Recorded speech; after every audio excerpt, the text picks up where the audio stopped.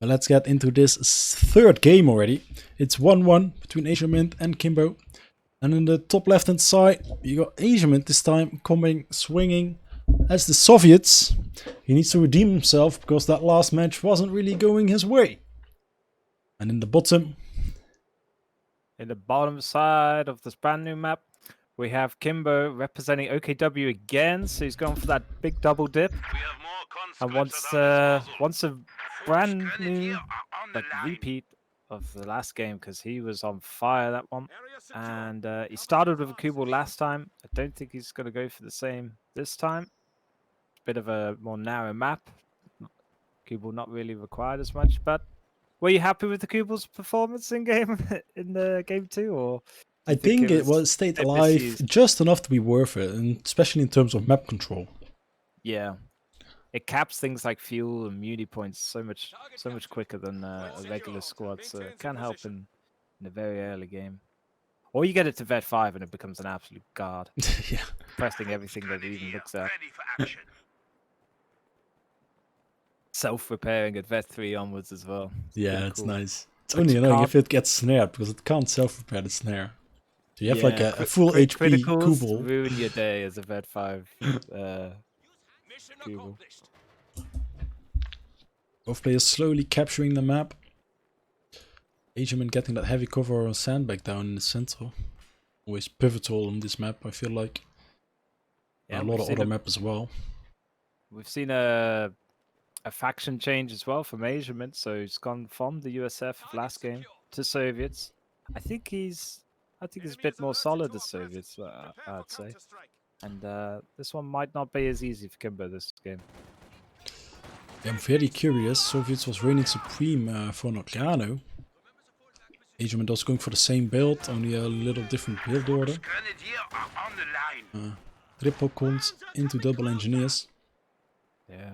I'm still trying to think in my mind what separates like Asiamint from, say, Nagano or Creative Name, these other top players. What does he do?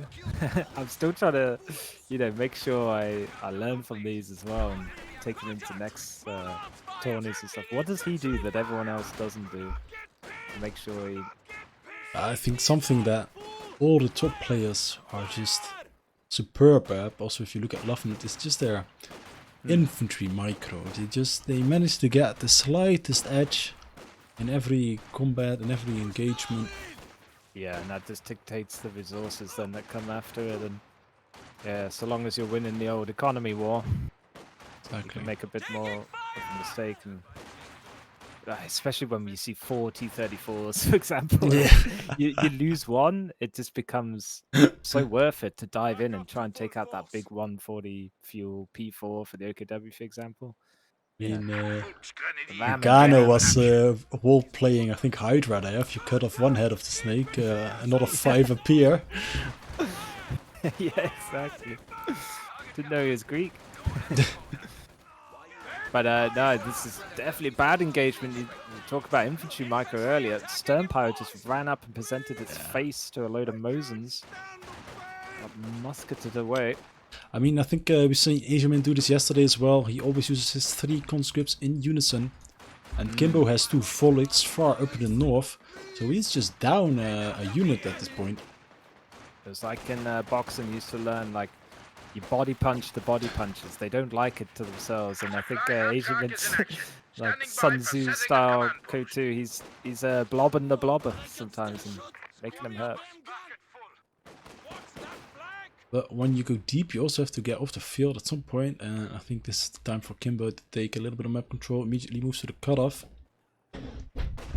We do have 2 combat engineers in the build. In the early build of Asiamint, so one of those squads not as effective. So he's going to feel a bit of the pinch, and there's not 4 cons, so these folks are going to easily win on the western side. Meanwhile, on the east side, what do we got? On the east, we got a low health conscript sitting behind heavy cover, but negated by this full health folks. And just Kimbo now Yevgeny left behind with his rifle. Yeah. 9. Gotta respect the tan, though. The tanned uniforms on the conscripts. They're pretty swag. Full tan man hype. And yeah, big onslaught now coming in from Asiamint. He's collected all his squads together again. Everyone that was ready. He's gonna hit back straight out onto the field because Kimbo got a very good map control there turned around on his opponent. Big back and forth going on. Heavy cover positions being built everywhere where it can. Yeah, I mean, you see like a bit of a three-head move with his stern pies. He gets absolutely owned and has to run back home, but somehow takes the rest of the map elsewhere and decaps the fuel. It's just no idle units at all for these top players. This Fox might be in trouble though. Two low health models, another flame burst goes off. Storm Pioneers running forward to the rescue, forcing away that conscript. Good save there and cover there from the stern piles. Was a bit unlucky. His second and third squirt from the old Rock 9 flamethrower didn't connect. Yeah, hitting stuff with the flamethrower on a retreat is always 10% chance to hit. It feels like. It's like clay pigeon shooting with a UFO. Yep, hard hit. But I think, what are your thoughts on this map? We've seen it a lot. It seems very popular by the players. Do you think this is like Faymanville meets Crossroads, like Love Child, or? Well, I'm not gonna put my opinion under any benches. I think this is the best COH2 map out there at the moment. So ooh, big cheers for the creator of it. And if you just like the third place matches, the first two, yeah, this map just has a natural flow back and forwards. yeah. It's just so good to watch. You're never truly like all out of it type thing. We don't see too many like just base pins and awkward positions like we do on some other maps. But yeah, I think it's a grower. It's gonna be popular, I think, within the community of 1v1 world of COH2. But we just needed to be goddamn released, don't we? Like desperate for a map pack. Black Half-Track once again acquired. The Siscon there. Who made this map? I think it was Wufia, if I'm not lying. Yeah. Wufia also donated a couple of bucks to get this map in the map pool. Little did he know it would have always been in the map pool, even if he didn't donate. Siscon Barrage coming in. Good retreat timing there by Kimbo. Yeah, respect to anyone who can spend hours upon hours in the world map maker tool thing. Built like God knows how many years ago that thing was set up, so it's probably not the most easiest tool to use, but yeah, it's definitely massive credit to this community that we got guys and girls maybe putting in so much time to put this together the best maps possible for the tournament. See an attack run from the AT gun? No attack run. This will be a best of 5, and we're currently tied 1-1 with OKW taking both games. So Kimbo wants to keep that that OKW train chugging. It's gone for the flat half-track again, but on a slightly, well, a bit harder this map, I feel, to utilize the flat half-track as much. A lot of angles that the opponent can come at you from. Also, Siscon being acquired really fast by Asiamint. Shuts it down. I think the real worry now is we're looking at T70 territory in a bit of manpower's time. Just needs 20 more manpower and boom, the little Kimbo. terror. Oof. Oh! I thought Ivan scissor power out there straight to the face of the Volks. Ouch, that hurts. Manpower. That is an AT gun, ladies and gentlemen. Just remember that. Oh. Best indirect fire in the game. Yeah. Already Do everything. Swiss Army knife of a weapon crew. And I think it's badass cooldown. It's also like 20 seconds or something. Yeah. If it just anything, feels like something they also forgot to patch. Because and the fact that it's no minimum range, you could literally just you can use that commander to hide them and then just walk up to an enemy MG and be like, haha, one click. Yeah. Yeah, definitely a strong tool, and But it's super good though. If you're OKW and steal Aziz, Yeah. big win. T70 on the field. Kimbo needs to click on that Raketen button. Oh, flag counter. T70 doing a little derp, rolling forwards and backwards. Otherwise, it might It's have been. just working out the gears, you know. It's a brand new driver. It's not had a test drive. Straight out the factory, you know. Yeah, Asiamint now taking Soviet firm tank control of the crews. map here, though. Yeah. MG34 is going to get pushed away though from T70. Let's get out of that. Yeah, a lot of damage from the first hit. Evil stuff, there. this T70. Little spray can of doom. But we do have a swoop up now as well for Asiamint, so can pick up those little shoe mines, trainer mines, sneaker mines, whatever you want to call them. Kimbo once again just prioritizing the STGs. Look at that, he already has 4 of them available. Yeah, the 4 Volt Metal's real. You can't change that even if you take away the commanders, but yeah, it's definitely a big investment. 240 munitions going away of STGs, but they're pretty much a prerequisite though, right? Yeah. If you don't have them, you just feel so gimped against conscripts. 6-man in green cover. Keaton opening up, Vosman looking low health though, chasing the T70. I don't like that. Where's the manpower in my opinion? Mines being built. I think just one flare meant one tripwire flare got 2 models just because they were standing in the same spot. That's not something you see every day. 2 guys, 1 flare. New film in production. Keep it. Title of your sex tape. Yeah, but what I love is it can take out a sniper in 1 flare, dude. Have you ever taken out this?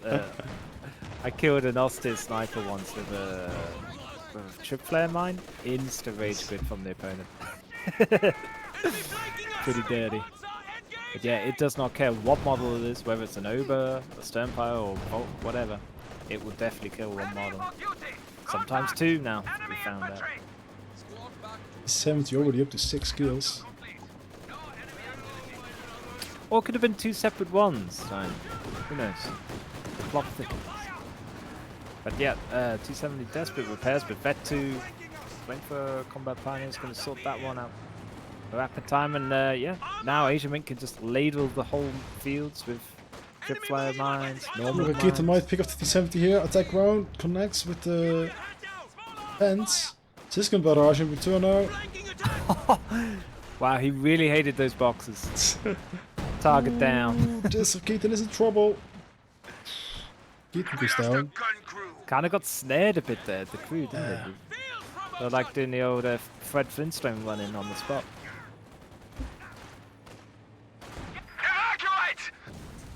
And Flak After also goes down.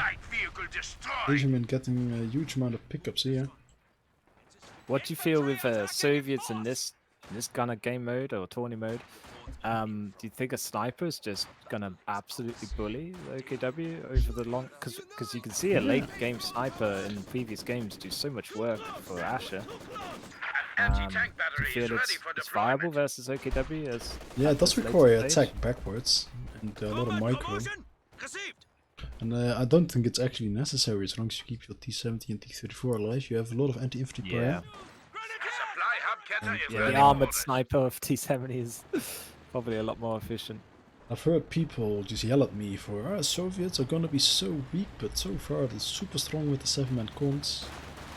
They are the perfect, like, they're just, and Oster, they're just a good, well-rounded faction. They got a tool for everything, and they don't get gimped by attacking difficulties like USF and OKW get, because OKW you're choosing heals or good light vehicles, and USF you're choosing AT guns or 50 cal machine guns. So Soviets is just robust, I would say.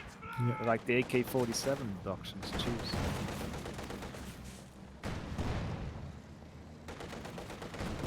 Ooh, T70 might get the pick off from these Schnook pioneers. Hit the wreckage of the Flak truck. Yeah. I mean, put it this way: if I was playing for $6 billion like these kids are now for this biggest tourney in the world, I would pick Soviets. But I'd probably simp around with Oster as the Axis. Just my, Both raketens from both my teams preference. saying hello. Asiamint just missed microing. He almost gives the Whoa, raketen okay. back. It's a Raketen delivery. FedEx. 50 years ahead of its time. Yeah, probably punched in the wrong postcode, to be honest. Yeah. Common problem with Raketen deliveries. But one raketen is soon to be up versus D34 at D70. That 2 already, yep. And recon mode, I think. Doesn't it go like berserk at Vet 2 or Vet 3? One of them? Becomes a hidden IR Pathfinder. Vet 3. So the extra sight for the 222 is on Vet 2. And the 70 is Vet 3. Talking about D70, it's now chasing down this Volkswagen. They're looking super low health, needs to connect only once. And gets the kill. That's what I will say about this map. It's pretty punishing for your retreat paths. If you push out along to the right as the southern player, that is a long way home. Yeah. And there's, but luckily in this map, well, not luckily, but the great design feature I think is there's no stupid red cover every 5 milliseconds across all the main roads, so you actually can have some good firefights. I think too often we just get red cover like everywhere needed to, and near the bases. D34, Hull MG going ham on the String Pioneers. String Pioneers in danger, the kitten trying to push up. On the other side, the D70 is waiting to go in. Ziskin might get decrewed, however. Ziskin does get decrewed. That's a good pickup. Oh no, he's trying to get a refund on that. Tried to give back to the kitten and then... don't know if he has the warranty. Oh no, we get a bit of Ziskin buggage or whatever, but I think he can move now. Yeah, new crew, who this? It looked a bit bugged, to be honest, before, but Asiamint powers through, soldiers on. No bug is going to stop him. That shot from the T-34, absolutely disgusting. Yikes. Kimbo throws in the towel.